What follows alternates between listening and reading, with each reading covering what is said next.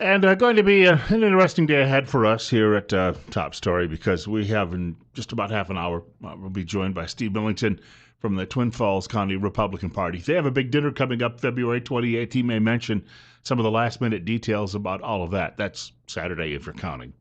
Also, later in the program, we're going to spend only a few minutes with him because he's doing a round robin this morning on multiple radio stations around the state. But Governor Butch Otter, about 5 minutes with us this morning in hopes that sometime soon we'll be able to do something a bit longer. I just have a couple of points we want to touch base with him on as we move through the legislative session. So that's coming up a little later in the program. We're looking probably somewhere after 9:30 this morning. I have lots of things listed today. We have a lot of big stories.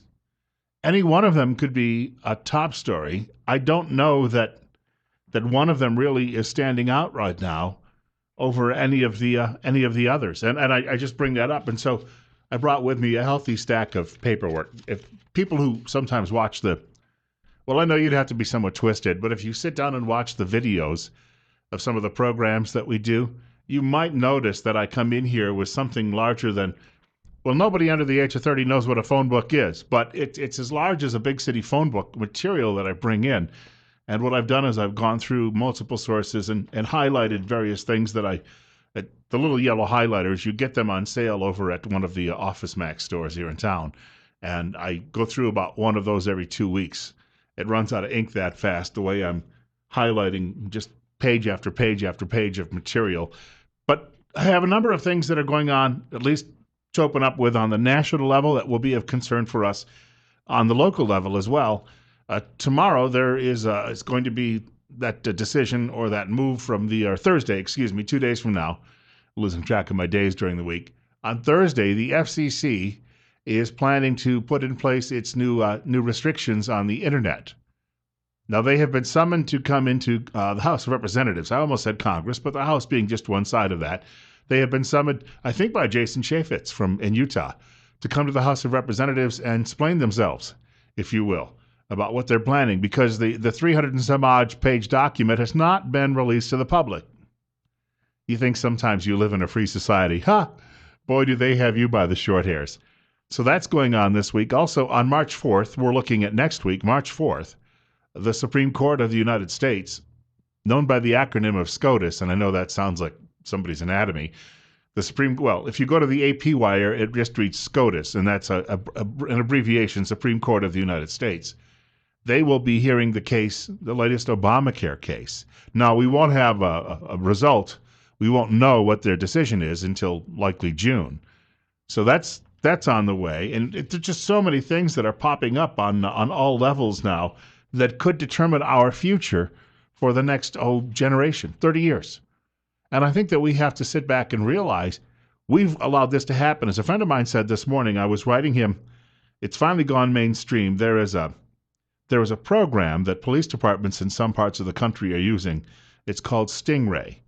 And they can track down a cell phone user to a room. And they're not supposed to be using this because it's a warrantless search, but they've been using it. And the story broke a couple of months ago on Drudge. And at the time, they tried to get an injunction to prevent Drudge from reporting the story, but it has gone mainstream. There's a big story about it today in the Daily Caller. And these are things that he pointed out to me this morning. When I sent him the details on this, he wrote back and said, well, who allowed them to get away with this? In other words, it comes right back to you and your personal responsibility. You can make a decision to stay home and watch American Idol, or you might go down to the local meeting and be heard, have some input. But people aren't generally doing much of that anymore. They don't join much of anything.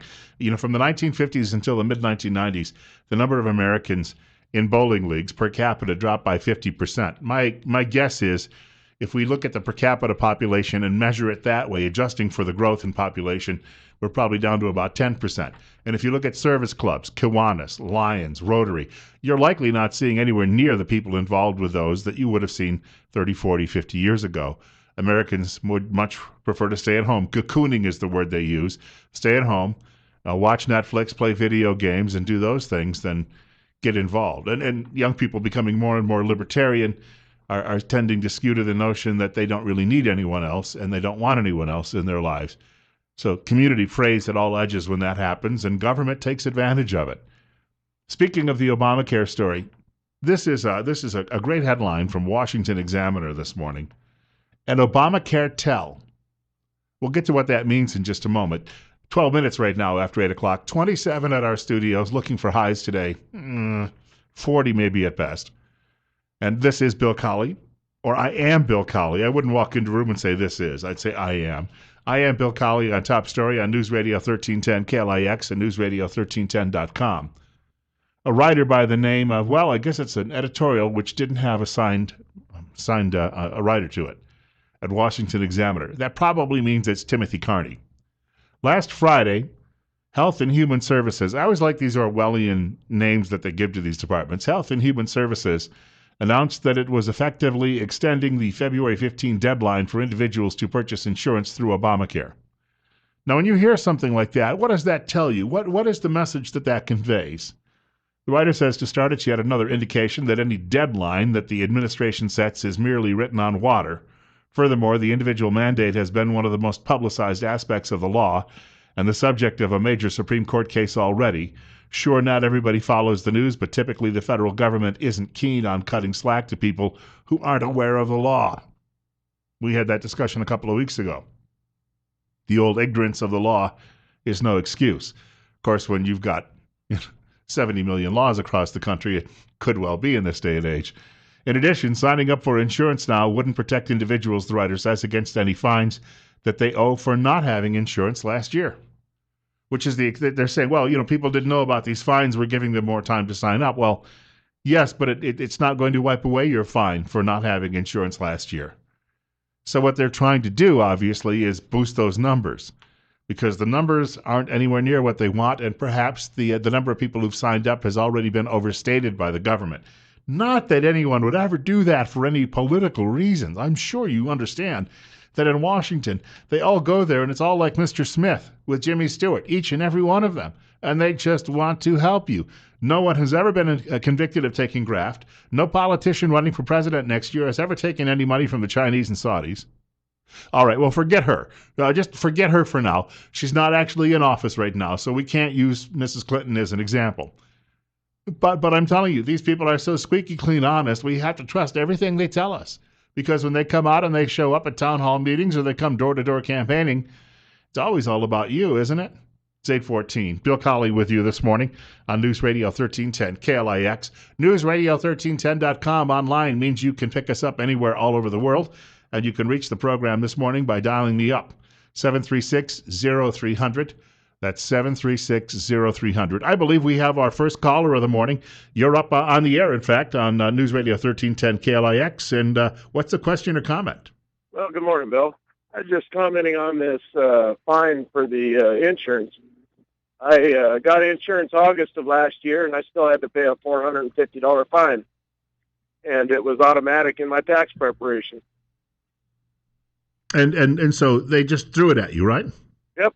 No choice, no nothing. Just automatically deducted. Did you have, well, here's the question, and this is a question I bring up because I wonder if people had insurance partially for the year. Let's say you lost a job, you couldn't afford the COBRA, and so for 3 months you went without insurance. Are you still paying the penalty? Well, it would appear I had insurance for half the year, and I still had to pay the penalty, so I guess that'd be a question for a tax preparer. Certainly would. Certainly would. Americans are going to be overjoyed when they start getting all of these bills in the mail. Well, thank you. Yeah. In fact, a lot of the lefties who supported this bill in the first place actually thought it was going to be free. Well, they knew someone else was going to be paying for it, but not themselves, so they supported it. I mean, hey, they look at the guy down the street who's got a nice new car and think, he can afford it. So, well, I take it from him. Even though he's working 16 hours a day, 6 days a week at the business that he founded and didn't pay himself for the first 2 years, he can afford it. So he can pay for mine. He can pay my freight. They thought we were getting socialized medicine, that is, single payer, a national health care system, where you just show up and everyone gives you all of your meds for nothing. The doctor doesn't hand you a bill. Surgery, you don't have a bill. The government just picks up the tab. That's what they thought, and the government picking up the tab means everybody else. Maybe even you too, because you're picking up everybody else's tab if you are paying taxes. So there you go. There you go. That is what most people who supported this bill had no idea was involved with it, is that there was going to be some cost. There's cost for premiums. There are penalties if you don't have it. And now they're starting to get that wake-up call. And you know what? It for all of these people, I don't turn on MSDNC any longer, but if you ever accidentally flip by there and they're trying to tell you that everybody thinks just like they do, they're all going to get a rude awakening in 2016. I read last night online, the Democrats have just concluded a meeting where they discussed their losses and what they need to do to turn things around. Because even though they've won the White House twice in the last two presidential elections, it hasn't gone anywhere near as well for them in the Senate, in the House. And if you look across the country, most state legislatures have been trending Republican, and there has been an overwhelming loss. Republicans now dominate most state houses with governors as well as most state legislatures. And at the local level, the Republican Party. And you know, these people have been telling you over at MSDNC for years that the Republican Party was fading away, but it's anything but. The Republican Party is showing strength it has not seen probably since the 1880s. 8:18. We've got about 1 minute before we have to listen to some of our fine sponsors right here on News Radio 1310 KLIX. But we'll squeeze a caller in. You're up next, and what's on your mind?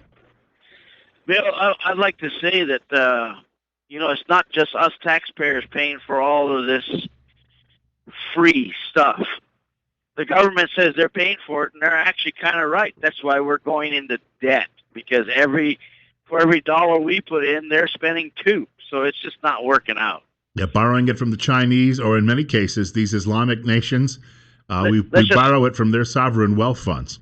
Let's just call it selling our country slowly but surely, but people don't understand that. And I think you're spot on. People have to realize. I think the figure given right now is about 47 cents. That additionally over every dollar that the government brings in, it is just simply they're printing up money or borrowing money.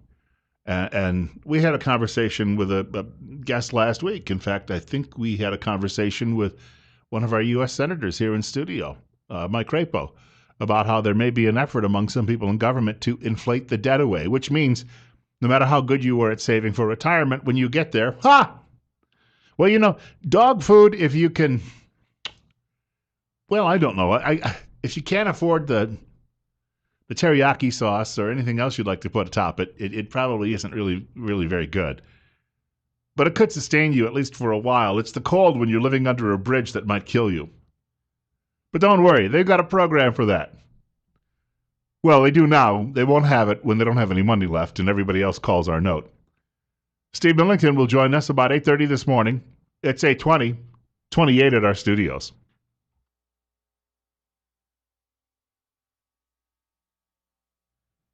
One of our previous callers, actually it was the very last caller, brought up that notion that the United States spends twice what it brings in revenue. So we have to end up borrowing money from a lot of people who don't like us, or we just have to print cash and devalue the actual currency, which of course hurts you and your bank accounts and savings, everything else that you have. If the economy has gotten so much better, as we keep hearing from a lefty, then why this story from Bloomberg Business? U.S. banks hoard $2 trillion of ultra-safe bonds.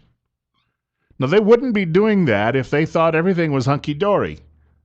The writer says, what do America's banks know about the state of the U.S. economy that has them hoarding these bonds?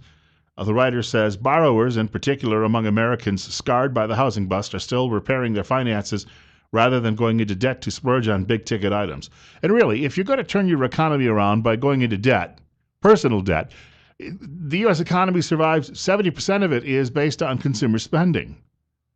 In other words, we don't build anything anymore.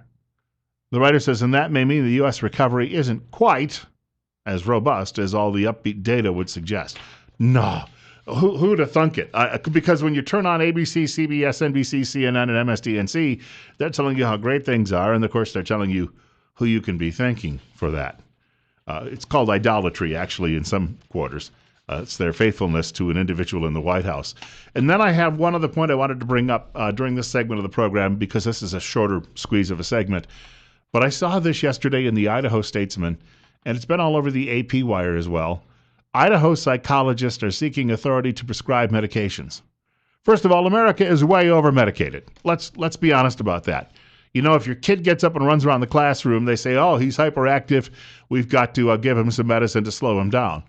Back when I was a kid, going outside and playing and running around and doing all of those things was considered to be what kids normally did. But now you have to medicate them so they just can be little couch potatoes. And then we wonder why there's obesity and we wonder why there's childhood diabetes and all of these things. Well, I'll tell you what, we've got medicines for those things too. So when you get, you create one illness because you gave some medication for the first one, we've got 2, 3, 4, 5 more pills. The writer says Idaho has about 120 practicing psychiatrists. See, now I even think that's too many. I'm sorry, but, and I know people are going to be offended by this because it's, if you're being politically correct, it's called mental illness.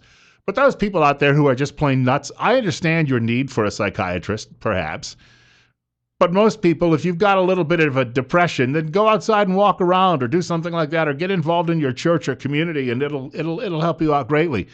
But you go see a psychiatrist, he duns you or your insurer for a huge amount of money, or she, if we're being politically correct, and then they give you some more drugs to take. A bill scheduled for a hearing this week aims to tap the roughly 260 psychologists in Idaho. See, now there are twice as many, so that can ease the shortage by allowing some psychologists to prescribe drugs for mental health disorders. But the associations that represent doctors and psychiatrists oppose the proposal, saying it wouldn't be safe for patients and that a better alternative is to attract or train more Idaho psychiatrists. How do you do that? Well, maybe we'll take some money out of your pocket and we'll put it into a big government fund, and then we'll give it to psychiatrists who can come here and tell you that you're bats and that, we have to give you more drugs. Okay, got it. And here's a quote. There's a big difference between what a psychologist is trained to do and what a psychiatrist is trained to do. That from William Cohn, a psychiatrist in Moscow, who is hold on a minute. Steve, since I am still a relative newcomer around here, Moscow or Moscow? Moscow, right? It's Moscow. That's what I thought. I have a friend who lives up there. Yeah, Moscow. Moscow is a place over in Russia. Moscow is in Idaho. See, now, the friend I know, I knew her in high school. She was my girlfriend my sophomore year of high school, and she lives up there. The reason I haven't called her to ask her how she pronounces it is because her husband might not like that. So I just... Who is that on the phone? Never mind. Somebody looking how to pronounce the town, that's all. Which would be the truth. But anyway, we have this situation going on, and let me tell you, why do we need to give people more drugs in the first place? Well, because the government says we do. That should make everybody question it all the more often. Do I think psychologists are really trained to do it? I could say no, but if you think about it for a moment, there's a story out in the Washington Post today that says new research has been done that says marijuana is a really safe drug. Now, the graduate students at the university who did that study, of course, were stoned out of their gourds while they were doing it. No wonder they're going to say it.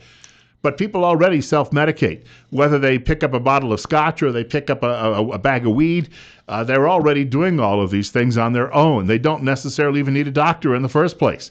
And yet we're throwing all of this into the mix. By the way, the voice you heard a couple of minutes ago, Steve Millington, is a little early. We've got about a minute before the break, but we've got a lot to talk about in the next half hour. Yeah, I think we should have a really fun time. Don't go away, people. We're going to talk about raising your taxes. Yes, I don't recall ever a dull moment while you were in the studio. We try to avoid that. Yes, raising taxes. Now, it's very seldom the taxes go down anywhere. That's true. That's not normal. There was a native-born Idahoan who got herself elected governor of Alaska, and she reduced the tax burden on the public there, and her payback was being ridiculed by media. Oh, yeah, absolutely. You can't reduce the taxes. What's wrong with you? People are just, as I say, we better give people some more drugs and then... Yeah, that's all we need is more drugs. All right. More with Steve Millington coming up on Top Story with Bill Colley on News Radio 1310 KLIX and newsradio1310.com. Steve has a couple of stories about some transportation funding issues that, well, would probably curdle some milk. We wanted to remind you that over the last couple of weeks, we've been telling you about a great job opportunity if someone in your family is looking to pick up a few extra dollars per week. Western States Bus Services is hiring part-time bus drivers right now. That would be for routes, school bus routes in Twin Falls. Split shifts 5 days per week, summers off, and scheduled no school days. Pay is $10.75 per hour. Apply today by contacting 733-8003. That's 733-8003. Western States Bus Services is an equal opportunity employer. I should note, too, that they will also train you. You don't have to pay for that. And they'll help you get that license that you would need. It is 8:30. If you already have it, though, you're off and running. I mean, you got a little bit of a head start on everyone else. 29 at our studios, 8:34. Bill Colley with you on Top Story, News Radio 1310 KLIX and newsradio1310.com. Steve Millington from the Twin Falls County Republican Party. He's the chairman of that, joins us in studio on Tuesdays. I keep thinking it feels like Monday. It's Tuesday, Bill. Good thing there aren't 2 Mondays in 1 week. Oh, boy, you got that right. Yeah. We've had a couple of off-air conversations going on here about some transportation funding issues. Yep. Before we go there, let's talk about our Lincoln Day celebration on Saturday night at Canyon Crest. Social hours at 6, dinners at 7. I checked this morning, and we currently have just over 250 tickets sold. So we need, if you're thinking of coming or want to attend, we really need to get your reservation, because at this point, we're now to the point where we need to set up additional tables to accommodate those people who want to attend. We've got a great cast of people. Brad Little is going to be there. The Speaker of the House is going to be there. The JFAC people are going to be there. All of our local representatives. We've got 4 of the constitutional officers. That includes the Lieutenant Governor, I should say. And we're going to have we got good people, good food, good fun. Saturday night, Canyon Crest, 6 o'clock. And you could is Mike Simpson coming along? We the last I heard, and I have not confirmed this with his office, they were the last I got on midweek last week. He has hearings in Washington Friday morning from 6:30 to 9:30, and if they can get him on that late flight from Washington D.C. to Idaho Falls, he will be at our Lincoln Day on Saturday night as well. That's one of those really long flights that has I think that finishes with a puddle jumper at the end. Criminy. Idaho Falls does have pretty good jet service. They have direct service from Idaho Falls to Denver, and they used to have a Chicago flight, but I don't think they do anymore. So it's not too bad coming in and out of Idaho Falls. I did one of those layover flights one time from Detroit to Delaware, and they dropped me in Philadelphia, and I waited 4.5 hours for the short flight when I could have gotten in a car and gone home in 2 hours. You could have driven it in half the time. Yes. Well, anyway, we're gonna have a really good time. We are going to have John Sandy, who is Senator Rish's chief of staff. We're going to have Senator Crapo's local representatives will all be there. So good opportunity, and lots of our state legislative officers. We know that we've got people from District 23, 24, 25, 26, and 27. We normally get a few people from other areas of the state that come to our Lincoln Day because it's too awkward or hard to go back to their home country when they have to be back in Boise late Sunday afternoon or Monday morning. So they come down here to our Lincoln Day, and then they just saves them a huge travel weekend. Sure, cuts a few hours off that. So we're looking for a really, really good time. For people who'd like to know how to buy a ticket, TwinFallsRepublicans.com, or you could call me at 420-4724, or you could call Chanel at 420-3232. We should point out this is a short talk window, but we have about 15 minutes after the break coming up.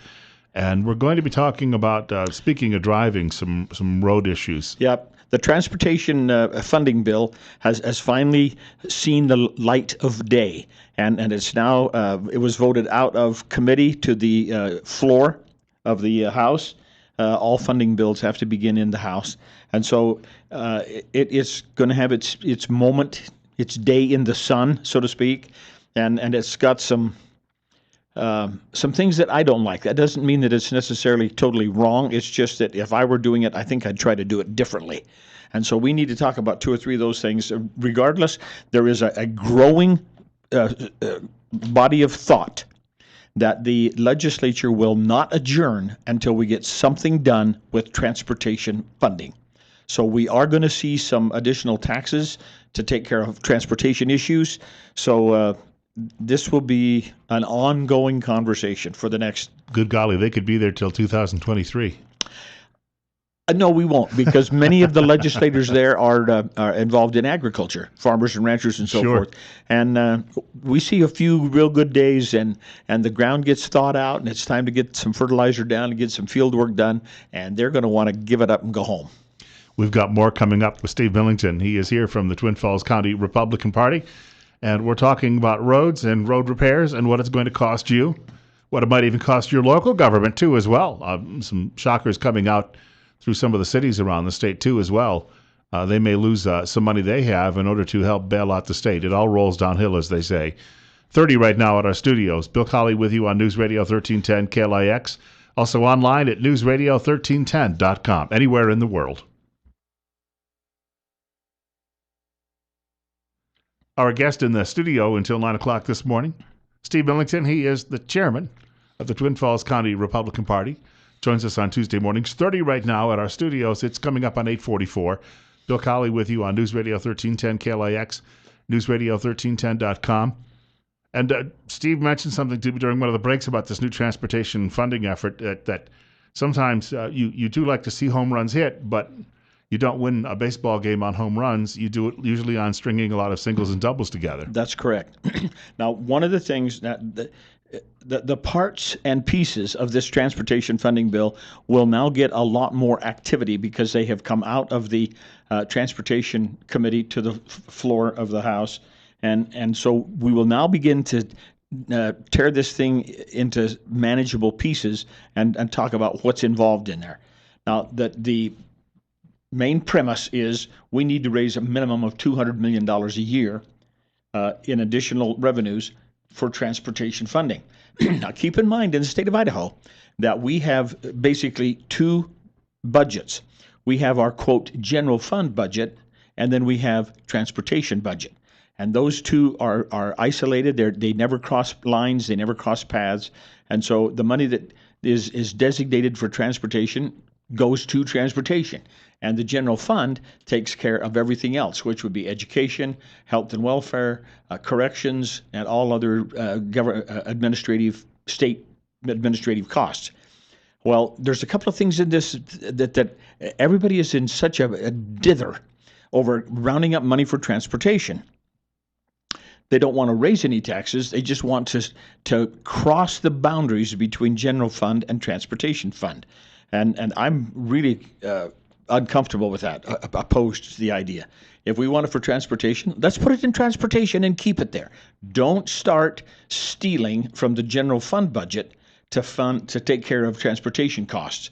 Let's leave the general fund budget alone. That's about 65% of the total general fund budget. That's a little high. It might be closer to 62, 63, but in that range. That's going to be used for education. That's not only K-12, but higher education as well. So 2/3 of that general fund budget is pretty much locked. And then we have Health and Human Services, and then we have corrections, and then we have all other administrative. So there's not an awful lot of additional monies left in general fund. Don't cross once we open the door and start taking money from general fund and giving it to transportation, you will never get that door closed again. They will continue to sneak in there and funnel the money back over to transportation until the general fund suddenly is no longer viable. Here's a question. Now, you've been listening to all of these arguments year after year after year that come out about all of this. And the story this morning said that we're about 20%, I guess, below where we should be with funding for road repairs. Is there a better solution? Is the other thing is, like, I think most people out in the area that listen to this program every morning that I hear some feedback from believe that there are some simple solutions. Not simple in the sense, everything's going to cost you money, but that sometimes we go through too many circles to get there. Well, and that's part of my concern with this transportation funding bill. Everybody wants to try, not everybody. It seems as though that the movers and shakers, the people in the legislature, want to create some kind of huge, gigantic, all-encompassing omnibus bill that's going to reorganize the world in 3 days instead of 6. Forget it. Let's just take transportation funding and fix that part of the issue. Now, I do know that included in the transportation funding is a gas tax increase of 8% and a diesel tax increase, not percent, 8 cents per gallon, and diesel taxes of 12 cents per gallon. There's an awful lot of conversation about increasing registration fees on our vehicles when we license them every year. That increase on diesel, if you're a farmer, is going to be just outrageous. Keep in mind that diesel fuel used in farm tractors off-road will be exempt. Is exempt from the fuel taxes. But it has to be specifically identified as off-road, and the refiners use a dye to color the road diesel as opposed to off-road diesel. Mm-hmm. And if somebody is suspicious, they can draw a sample from your tank, and if it's the wrong color, this is off-road fuel. Shame on you. We're going to slap your wrists. So, but there are ways to get around that. And if you drive up and down the freeways, you will notice a huge volume of trucks traveling on Idaho's roads. Just unbelievable volume. Now, it is entirely possible for them to fuel up in Snowville, Utah, and go clear to Ontario, Oregon, or Snowville, Utah, and go clear to Dillon, Montana. But the probability is they're going to stop at one of the big truck stops along our major freeway and buy a tank of fuel. That's good for us. So I'm in complete agreement that to pay for transportation, we need to make it, and this is a broad term, don't beat me up too bad, let's make it part of what I call user fees. And gas taxes, diesel taxes, registration fees, licensing fees, those are what I refer to as user fees. If I use the service, I pay for the service. So I drive my vehicle around, and so I buy gasoline. I license my vehicle. I make sure that it's properly licensed and registered so that I can drive it on the roads. Those are the places where we need to collect the revenues to pay for the roads. There are, I'm sure, a lot of duplicity in services that we could minimize. The new director of the Department of Transportation over the weekend made broad statements that he had eliminated nearly $80 million of overhead costs from the Department of Transportation. Well, that goes a long ways towards fixing roads. We have a guest in the studio, Steve Millington. He's the chairman of the Twin Falls County Republican Party. It's 30 at our studios, 10 minutes away from 9 o'clock. You're listening to News Radio 1310 KLIX. Also online anywhere around the world at newsradio1310.com. My name is Bill Colley, and this is Top Story. And Steve, we have a telephone caller, I think, who's looking to reach you. You always seem to draw those. Yeah, so. It seems like I get plenty of them. You're on the air with Steve Millington on News Radio 1310 KLIX. Yeah, comment. I travel a lot of the back roads, and I realize most of the big trucks drive. But when they increased that weight limit by 10 tons, I don't remember how many years ago, maybe Steve knows, but I noticed the road beds were not prepared to handle that extra weight. So we're seeing a lot of remakes totally of some of these roads when they do have to do it. Because so when that weight limit went in, that was the first thing, the maintenance cost and rebuilding costs were going to be extremely high. And, we're seeing that even in the city because Don Hall told me a couple of weeks ago that some of those depressions you see in the streets caused by the tires of these trucks coming through, which simply the weight is actually crushing those roads. Absolutely, yeah. And so the cities are getting hammered as well because these big trucks have to go through, other areas other than the designated routes, and they're supposed to put down an extra set of wheels, but I know that doesn't happen in all cases. And so consequently, everybody says, well, there's less trucks on the road, but the fact is the trucks that are out there are causing tremendous amount more damage than they would have if we hadn't increased the weight limit. The weight limit is a big contributing factor, and there's no and I'm smiling to myself. I almost laughed when you said they're supposed to drop those floater axles to kind of even out. Every time I see that, I think to myself, is he loaded or is he empty? I'm a lot happier when I see all the axles on the ground rather than floating. okay, let's give them the benefit of the doubt. They're good, responsible citizens, and they do what they're supposed to do. But you're correct. We allowed, and I don't want to pick on any one industry, but it's an obvious industry. We see all of the milk haulers with the 4-axle trailers and the 3-axle tractors. They don't travel the thoroughfares. They go where they have to pick up the milk. Sure. And those are country roads. And those country roads were not originally constructed to accommodate the 124,000 or 129,000 pound loads. So there is a very definite need for rebuilding these county and byway roads. The state is going to handle all of the state highways, the freeways, and these other things. By the way, there was an interesting article over the weekend in the Idaho Statesman that federal funding has decreased almost 20% in the last 5 years. So this is a double whammy. Not only are our costs increasing, but the amount of federal funding has gone down too. I would imagine that there are people in the transportation department. They know how many bridges are substandard because they do inspections and the like. Maybe we just have to start there saying, all right, we're going to fix these 50 bridges. And then next year we'll fix, we'll and just start. It almost has to be triage. Well, the current Department of Transportation budget has identified, I think it's 60 to 60 plus bridges that need immediate attention. And if they look at the total bridges in the state of Idaho that have a current life of 50 years, and the useful life engineering study says is about 50. There are 800 additional bridges that fall into this category of we better start looking at these bridges very carefully. Now, some people may be familiar with the Bob Barton Highway. You go down through the Clear Lakes, down through the grade in Buell, across the river, and come up onto Bob Barton Highway. The state and the West, I don't know what it's called, over in Gooding County, Highway District are rebuilding several things. One of them is a bridge crossing over, we call it a coulee. It's kind of an irrigation ditch or a canal, and it's clearly and obviously very old. As you approach it, the road actually makes a little dip as you cross the bridge.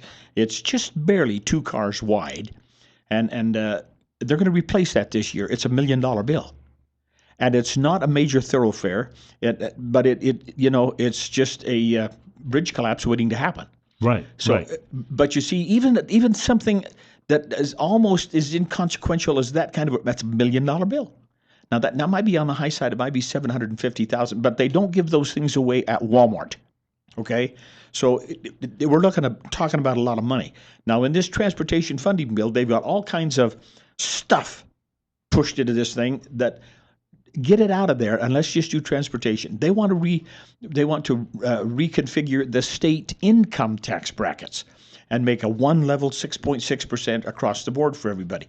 And of course the liberals and the naysayers, they're screaming their head off. The low income earners are going to get punished. Well, let's just 1 minute on income taxes. The Idaho code pretty much parallels the federal code. So when you file your personal income tax return, you are given a personal exemption. Now, I think that number is like $3,950 or some such number. I'm going to just round it off to $4,000. So let's say that you are a household, husband and wife, and you have 3 children. That gives you 5 personal exemptions at $4,000 a piece. That's $20,000 worth of exemptions. Your itemized deduction exemption is $12,000. So now all of a sudden, the first $32,000 that you make is not subject to income taxes of any kind. There's a lot of people who make $50,000 a year and don't want to pay a whole lot of taxes. But, at $50,000, you'd only have a very nominal amount of money that'd be subject to income tax rates.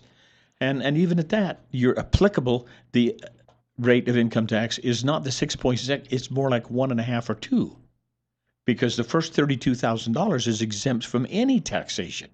However, if we're going to talk about transportation funding and fix the transportation issues, What are they doing with personal income tax? None of the personal income tax money ends up in the transportation budget. It ends up in the general fund. Quit mixing everything together. I don't want a fruit salad. I want my oranges over here and my apples over here and my bananas over there. Quit mixing it up. Leave them alone. We have to wrap up for this week because this is the fastest 30 minutes of the whole week. Steve is such a calm guy too that. Okay, you got me, Bill. We will. I'm sure we're going to have plenty of opportunity to talk about these issues the next 3 or 4. Now, keep in mind that the legislature, the noise, the background noise now is saying that we're not going home till we get some money for transportation. And by the way, of course, he's on the phone with me a bit later today. But one of these days when we get the governor for a longer stretch, you might want to join me during that segment. I'd love to. That'd be fun. Yeah. Thanks, Bill. And of course, he would think that you're going to be a friendly voice. But He knows better. But I think the important thing is that we have this conversation. It's not so much that we must be totally argumentative, but we must have the conversation. More coming up. We've got news at 9 o'clock from Fox. One more hour of top story just ahead. The governor coming up in the next hour.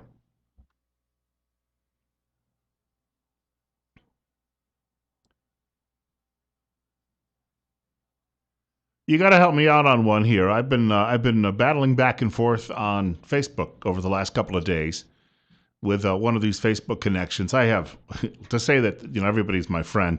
When you start getting up over 1,000 and you get to 12, 13, 1,400 somewhere in that range, you don't necessarily know all of these people, but they're people that may listen to the radio shows that I've done over the course of the last dozen years, and so. You pick up these people along the way, but they bring up some interesting things for debate. And this fellow commented yesterday, I had posted something about Bobby Jindal, the Republican conservative governor of Louisiana, on my Facebook page. And it was Jindal, if you didn't know, he actually called Rudolph Giuliani the other day and congratulated him for what he said last week about Mr. Obama's lack of patriotism. That is President Obama's, if you'd like me to say that at least once. So Jindal is an interesting fellow. He is descended from parents, of course, who came here from India. He was born in Baton Rouge, Louisiana in 1971. All right, now that's the sticking point. Because this fellow wrote me and he said, it's a shame that all of these bright young GOP stars can't be president because they're not, natural-born citizens. And he included Jindal's name and he included the name of Marco Rubio. Now, if you didn't know it, Ted Cruz was born in Alaska. Or not Alaska, rather, Canada. Alaska being part of the U.S. Cruz was born in Canada. So there's going to be some question if Ted Cruz decided to run for president in the first place about his eligibility, even though he had one American parent, his mother being an American, his father being a Cuban preacher, and then later relocated to the United States and grew up here. But Marco Rubio was born in Miami, Florida, Jindal in Louisiana. Now, to me, that makes them native-born because they were born in hospitals on U.S. soil. John McCain was considered, a natural-born citizen because he was born on a U.S. base in the Panama Canal Zone because his father was serving there. And, bases and embassies and the like would be considered U.S. territory. But this fellow keeps insisting that Jindal cannot be president. And I said, well, wait a second. Why not? He said, well, his parents aren't from here. Well, Andy Jackson's parents weren't from here. So now his argument he's moved the ball down the field. He's sort of like, all right, I'm going to draw a new line, and I'm going to argue from another point. He said, well, those original guys were grandfathered in because the country didn't exist at the time. Okay. All right. But they were still born in territory that became the United States. So I don't get his definition of natural-born citizen. If I am born in the U.S., how many generations does my family have to be here before I am considered natural born? 10? 15? 6? 2? Because in his argument, I don't understand where he's coming from with this. What is his definition of natural born? What do you have to do to actually achieve that? Can anyone help me out on this one? 10 minutes after 9 o'clock, 33-hour temperature. Bill Colley with you on Top Story on News Radio 1310 KLIX and newsradio1310.com. Now, this has been the problem with a lot of the illegal immigrants in this country, is that they came here And yes, we can deport them, but what happens to the 3 kids they've had in the last 20 years they've been living in the shadows? And those kids were all born in the good old USA. Those kids are U.S. citizens, right? So that's been and the liberals say, well, if you send the families back, you're just going to be mean. I would say the kids can always come back and run for president if they like in a few years when they've grown up, but that's still a few years out. But I just don't understand this fellow's argument, unless he doesn't like Rubio because his name ends in a vowel, or Jindal because he's a person of color. And I hope it's not those things, because I think that gives people on the right side of the political equation a really bad name. We have a caller with us, and you're next on News Radio 1310 KLIX and newsradio1310.com. And what's your question or comment? I'm a little confused because your definition, or the guy's definition, means that Obama shouldn't be president either. Yeah, well, that's true. And Ted Cruz was born in Canada, but because the mother was American, she was given the option to have dual citizenship, which he had. Which he only dropped in the last couple of years. Right when the big controversy came down, then he dropped his Canada citizenship, but he had his American citizenship. But you see, I would, in the case, if this guy was making an argument about Cruz, I could at least say, all right, he was not born on U.S. soil, he was not born on a U.S. base or in the U.S. embassy. I might be able to buy that argument, but when it comes to Jindal and Rubio, it is nonsense. Yeah, I agree. And then by this guy's definition, all these people that they want to legalize in this country, they can't become president either, even if their kids are born here, because the parents weren't born here. And I thank you much for the call. See, you've got to look at this way. The guy is not actually criticizing Cruz in his emails to me, although he may have meant him when he was referring to these young Republicans. But I get a feeling that was not at all what he was talking about here. And he is focused on Jindal especially, and maybe he just doesn't feel that if you have parents who came here from India, you see, again, it just... I'm sorry, but it seems to me that there's some much more deep-seated antipathy he has toward these candidates. You're on the air at 9:33 at our studios on KLIX. Yeah, it seems interesting that the left totally ignore the fact that their president is Kenya-born Muslim, but yet they want to complain about the right wing. Of course, we're not going to win that argument, especially after he's been sitting in that office for 6 years. Yeah, I know it. And it's like the pot calling a stainless steel kettle black. I thank you much for the call, sir. 914. And, the whole birther controversy, I am not a member of that. On the other hand, I do, when the birth certificate was finally released, not that they had to do it, but the problem was the birth certificate, even liberals had to admit, I saw this on some websites, that there were ways that birth certificate, you could raise some questions about it. And so even though I was not among those people who said, well, he's Kenyan born, I thought it was interesting that even some of the liberals said, oh, the birth certificate is they thought it was a little shady themselves. So toss that one out there. And some of the anomalies that happen with all of that. But I think a guy like Jindal, who might be, a guy like Bobby Jindal was always the smartest kid in the class. That does not necessarily mean you're going to be a great leader. Franklin Roosevelt, who was a great wartime leader in this country, FDR was a C student.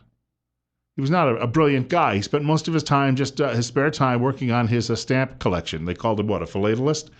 And that was his hobby in life, and he really enjoyed that. But he didn't get into any deep intellectual arguments. It just didn't interest him. Jindal, on the other hand, is the smartest guy in class, and he's right now perhaps the smartest guy in politics.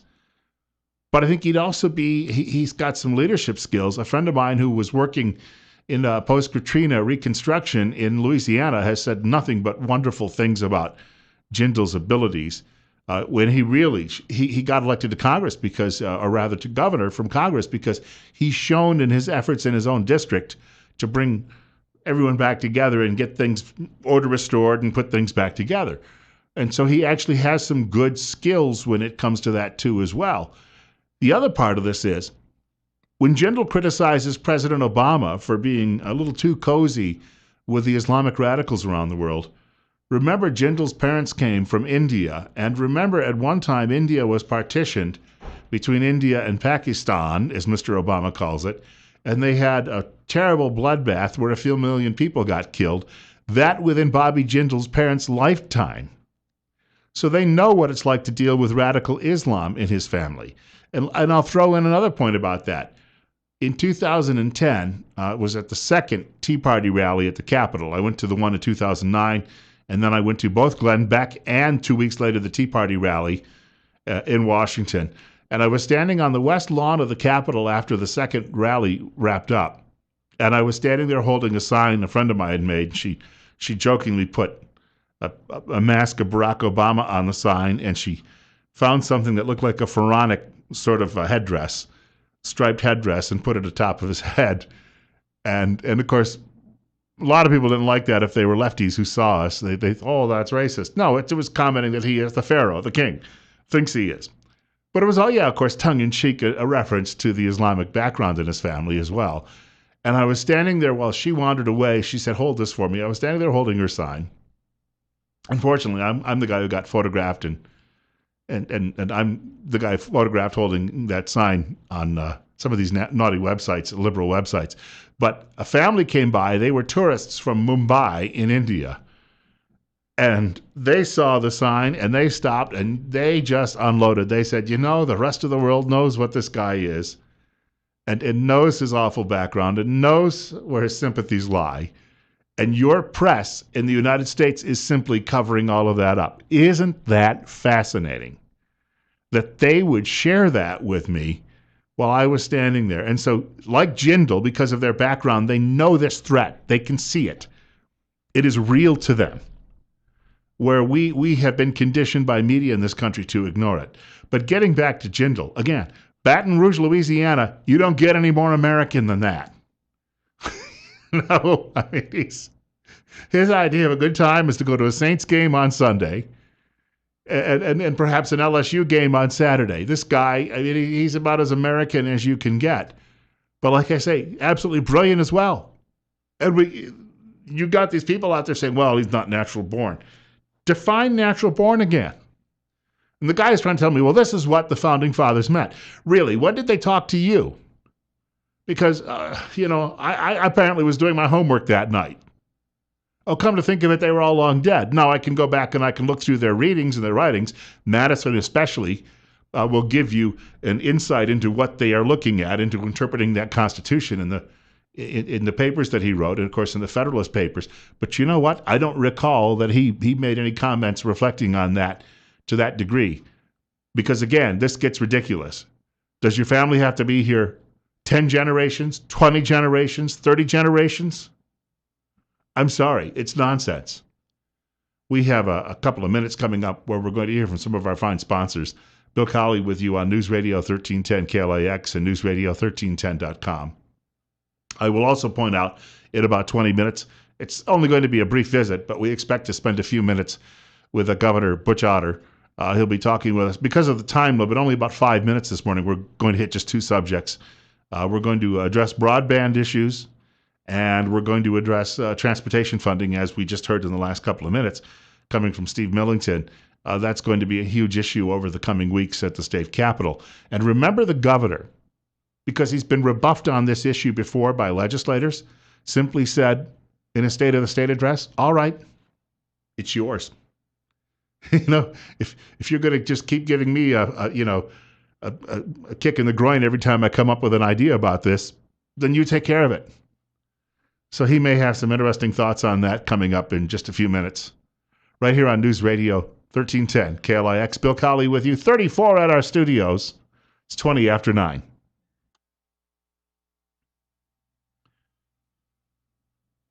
About 24 minutes now after 9 o'clock, and saw a story today that put a smile on my face.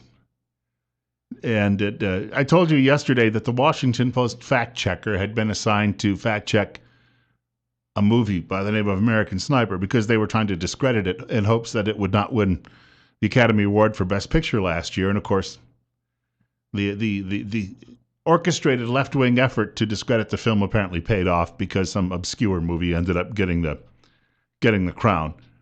But every once in a while, that Washington Post fact checker actually looks at something. He goes into it with the idea he's going to discredit someone, but finds that he cannot. And I'm sharing the story with you. He was looking to discredit a war veteran. And they were apparently doing that with Chris Kyle, too. But in this case, they lost. And it is being cited in today's Washington Examiner. Beckett Adams, the writer. Washington Post fact checker gives rare all-true mark to a Republican congressman. 9:25:35 at our studios. Bill Colley with you this morning on Top Story at newsradio1310.com and newsradio1310 KLIX. Representative Mike Kaufman, who's a Republican from Colorado, achieved a very rare feat Monday. He earned a Geppetto checkmark from the Washington Post official fact checker. Now, usually they give out Pinocchios. And the guy he has a scale which is assigned by himself. And it's 1 to 4 Pinocchios, I believe. If he thinks someone is telling an outright lie, it's 4 Pinocchios. If he thinks you're telling a half-truth, it might be 3 Pinocchios. Or if you may have omitted some facts, it'll be 1 Pinocchio. Rarely ever do they assign a Geppetto, though, for honesty. Kaufman's claim drew the attention after he and Veterans Affairs Secretary Robert McDonald got into a heated exchange earlier this month during a budget hearing on the troubled federal agency. When pressed for answers, the VA's secretary said, quote, "I ran a large company, sir. What have you done?" Unquote. Oh, you ran a large company. Good for you. The Republican congressman and veteran of the Gulf War shot back, quote, "Let me start by telling you something I haven't done. I have never run a federal agency that tolerates corruption the way the VA has. I've never built a hospital that's years behind schedule and hundreds of millions of dollars over budget," unquote. And after the exchange, after the hearing, the office of the congressman, he didn't even bring it up at the hearing. He did not look for personal gain, issued his war record. And you know what? Joni Ernst has been criticized because she said that she's a freshman senator from Iowa. She said that she had been in a combat zone while she was serving in uniform. And of course, technically she was, even though she wasn't out being, buzzed by bullets. But she was in what was considered a combat zone because she was working with a support group. And yes, they were within range of rockets and anything else someone could throw their way, even though they were never under fire. But in the case of the congressman from Colorado, he was. He was leading troops in firefights. So he got a perfect score from the Washington Post fact checker. Meanwhile, the VA secretary apparently told some homeless vet on the street the other day, the VA secretary said, I was in special forces. Well, he wasn't.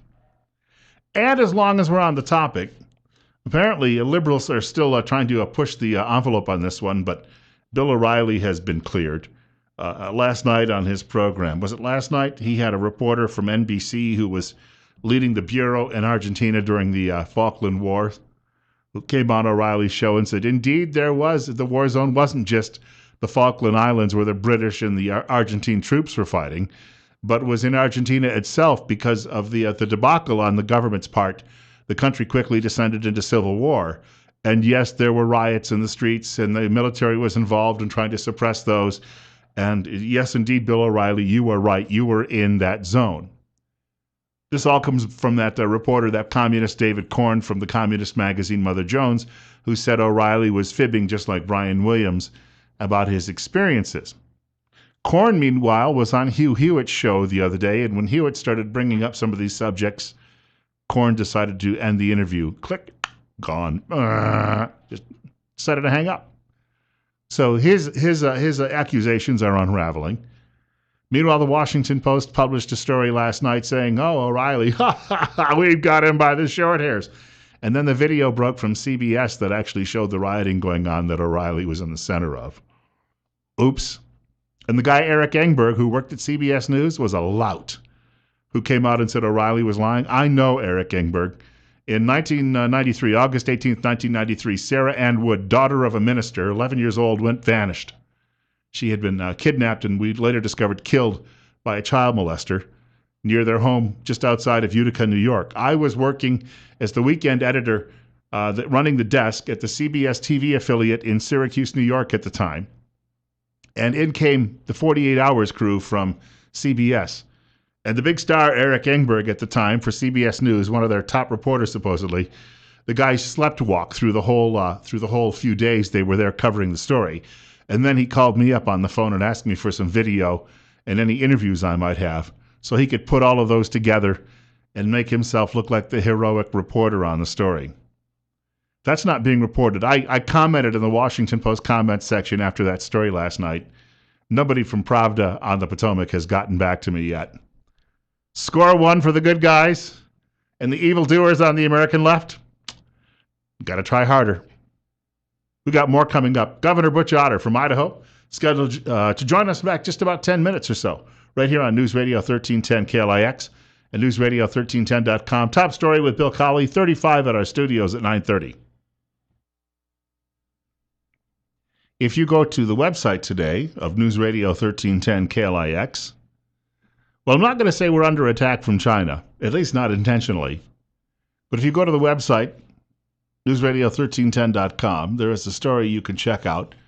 Some people who saw a bright object in the sky a couple of days ago, you were seeing an object. That has been confirmed. Now, some people saying, meteorite, other people saying it, could have been a junk from a Chinese rocket launched in December, and it was in low orbit, and it came crashing down. Luckily, not on my house. I would not be a happy camper if that happened, and I don't know if the Chinese would be willing to give me some sort of settlement. Probably just come harvest my organs is all. Somebody on the Politburo needs a kidney transplant, I'm sure. But liver transplant if they were Russians, but that's another story. So this happened, and apparently it has been confirmed, and we have the details on our website.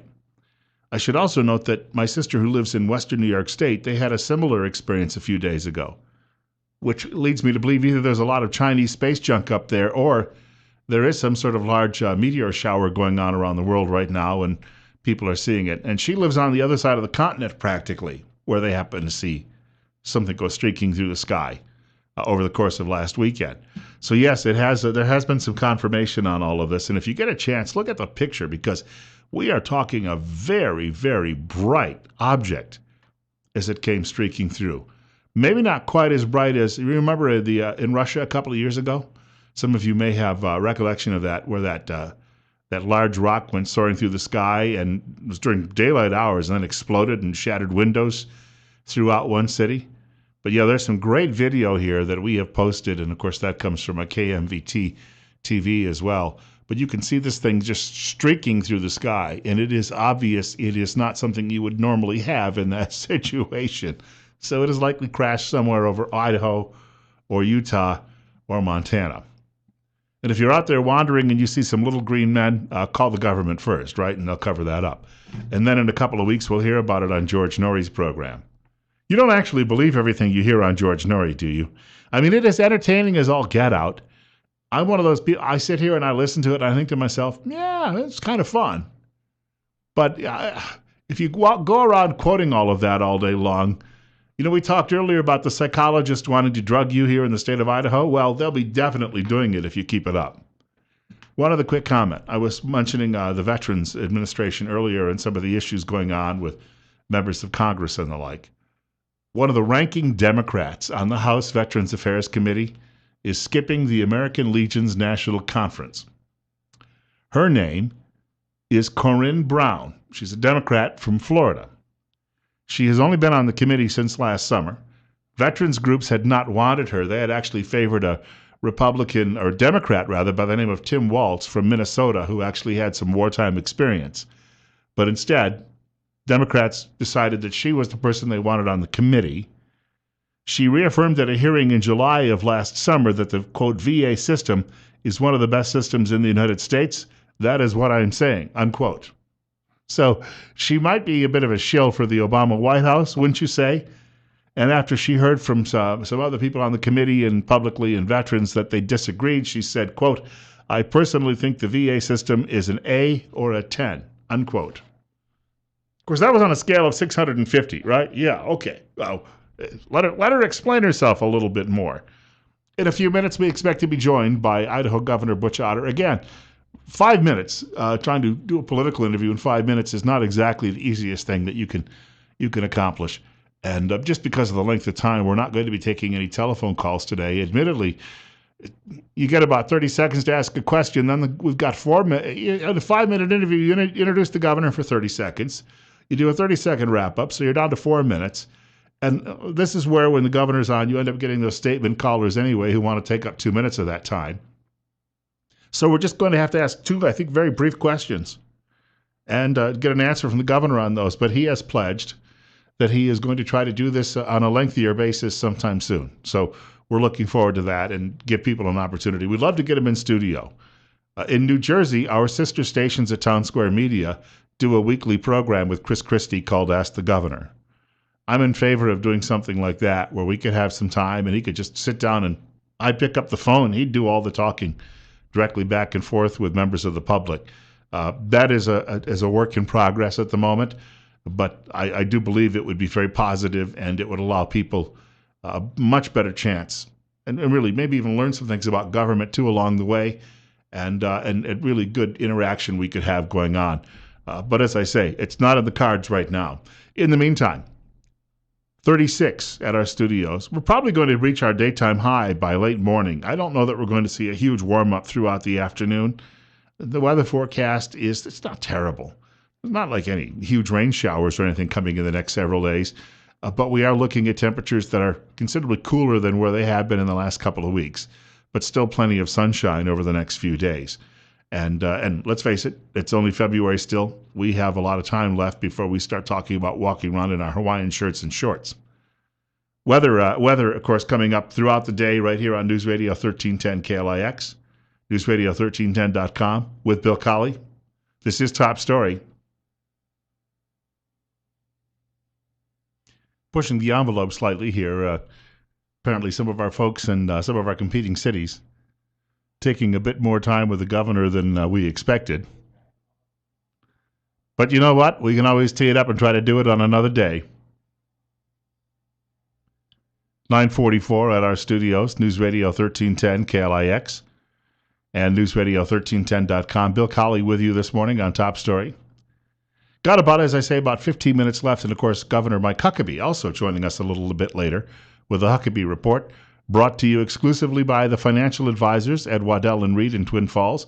The telephone number there would be 736-6563. Well, I don't like to do this.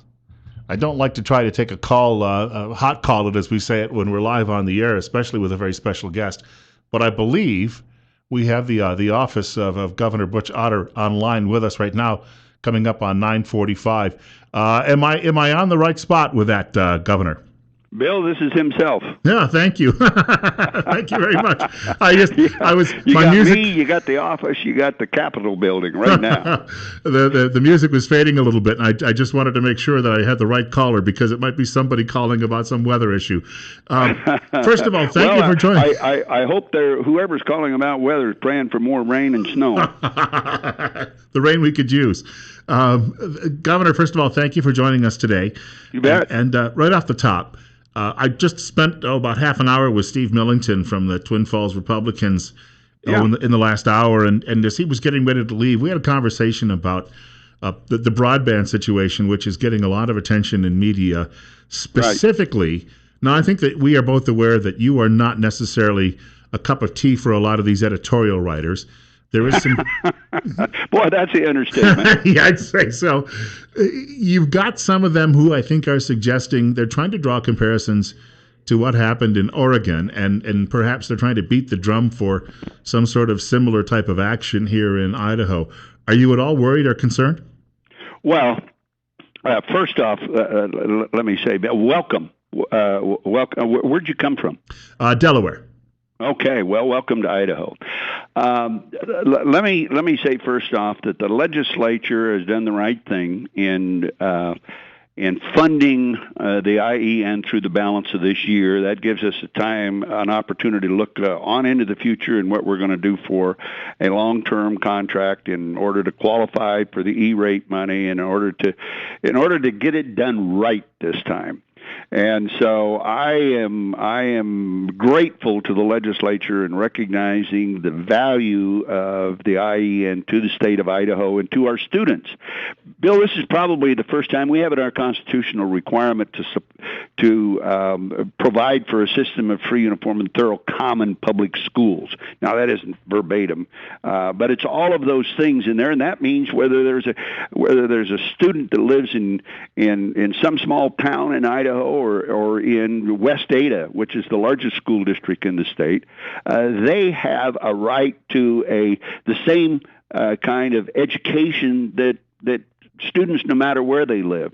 With the IEN, we've been able to reach out with hard-to-place classes that we couldn't get teachers for before, because now they can be taught over the internet with the Idaho Education Association. So I believe we've got a great path forward. I believe that the legislature has demonstrated great support in understanding the value of the Idaho Education Network, not only to the students, but also to the future of wiring Idaho for telemedicine, for libraries, for commerce, for every other thing that we would possibly use the internet for. The editorial writers, I have to tell you, we have to go forward with what we think is the right thing to do, and that's what we're doing. We've only actually got about 90 seconds left because we had such a short window this morning. But I apologize. Well, no, that's okay. We can do this again some other day. But quickly, transportation issues. I know in your address you had said, you pretty much said, all right, I've heard from all of you in the past. I'm going to turn it around and put it in your laps this time around. I'm kind of paraphrasing. Right. Do you think that they're taking the wise course with what they released this week? Yes. Well, what I was referring to was in 2008 and 2009, there was a lot of folks that just didn't think we needed extra money for education. There were a lot of folks that were expressing frustration and a lack of confidence in the leadership that we had in the Department of Education or in the Department of Transportation, because there was some figures that were being put out that weren't right, and there was some situations where anyway they were frustrated with the Department of Transportation, and so they didn't buy into the fact that we needed more money for maintenance and repair. I will tell you now that the discussion hasn't been that we need $200 million. The discussion has been where are we going to get the $200 million? So that's changed the dynamic of the debate substantially. I'm still not in favor of taking it out of the general fund, because then you've got to fight education, health and welfare, and corrections for it every year, because those three budgets are about 94% of the entire budget. On that note, I know it was very short, but we'll talk to you again sometime in the next month or so. All right. And I do appreciate you taking some time out for us this morning. You bet, Bill. Delaware's loss, our gain. Hey, thank you very much, sir. God bless you. Bet. Take care now. Thanks. Coming up next, Governor Mike Huckabee with the Huckabee Report right here on News Radio 1310 KLIX. And, of course, the Huckabee Report is brought to you exclusively by the financial advisors at Waddell & Reed in Twin Falls. Telephone number 736-6563. That number again, 736-6563. Governor Huckabee was featured in a Washington Post story. You may actually have seen that in the last couple of days. He has been, we should point out, I think he's still there for a few more days, visiting in Israel. In the last 42 years, he has gone on trips to Israel sometimes as often as 3 times per year. And what he does, he often takes tourists along with him. They have an entire itinerary. He plays tour guide. The story in the Post focused on him taking these people to Masada and pointing out that Masada might be a really good, and you may remember the movie from the late 1970s starring Peter Strauss and Peter O'Toole that focused on that particular chapter of Jewish history. But he says it really tells you a great deal. It's a metaphor for what the people in that part of the Holy Land have gone through in the course of history. And I couldn't make up my mind as I was reading this story whether the writer was trying to be nice to Governor Huckabee or if it was the usual Washington Post hit job, because I thought in a way they were trying to make him look like a cheesy tour guide because he takes these people. But the people get to meet the Israeli prime minister and several other leaders in the Israeli government. They get to eat in 5-star restaurants. They get to see all of these beautiful sights. They do not go to Bethlehem because it is currently under the control of the other guys. But they can stand at a particular spot and actually look down over it. They also go to the Wailing Wall and they leave prayers behind. It's a fascinating tale about how much time he has spent there, though, over the course of 4 decades, and he has become perhaps, if you're an Israeli politician, Governor Mike Huckabee is likely your best friend in the United States. So the story really detailed all of that, and he has mentioned in some of the reports in the last couple of weeks that he has been in Israel, and that's where he is actually taping some of these. But his days are very, very long, playing tour guide as well, and traveling all around the country. 9:56, Bill Colley with you on, going to call it Top Story one more time this morning. Rush Limbaugh will be coming up following the 10 o'clock news from Fox. We do want to thank Governor Otter for taking a few minutes with us. Originally, we had planned on, I was one of the last people that had pitched my thoughts about talking with him this morning. He's doing a whole round robin around the state on various radio shows. And so we had originally kicked around the idea of doing it right after the 9 o'clock news, but we ran headlong into some of the other stations were first on the list. So they told me the other day that next time around, we're going to be first with picking time slots. So we'll get more time with the governor coming up sometime in the next few weeks, which I'm looking forward to. I really do believe that there is going to be a headhunt going on, though, from liberals, especially in Washington, who are going to try to bring the Justice Department in on this situation when it comes to broadband. The thing is, the guy has won, even though he's had some primary opponents. He's won election 3 times as governor, which tells you that the people of the state, the majority, trust him.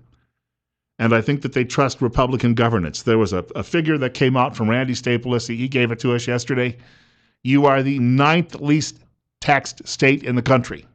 And for all of the whining they do in the Times News and in some of the other liberal bastions in the state, and they are few, about how the little guy is being put to the test, if you will, when it comes to taxes. Well, if your tax burden is that low, what are you worried about? It brings jobs to the state. So we hope that they're caterwauling over it. Well, a lot of that will go away when a certain editorial writer goes away as well, and that'll be soon. 9:58. Well, we don't like it here anyway. Leave town. News is coming up, as I pointed out. Limbaugh at 10 for 3 hours with Rush Limbaugh. Sean Hannity following news at 1 o'clock this afternoon. Glenn Beck following news at 4 o'clock this afternoon.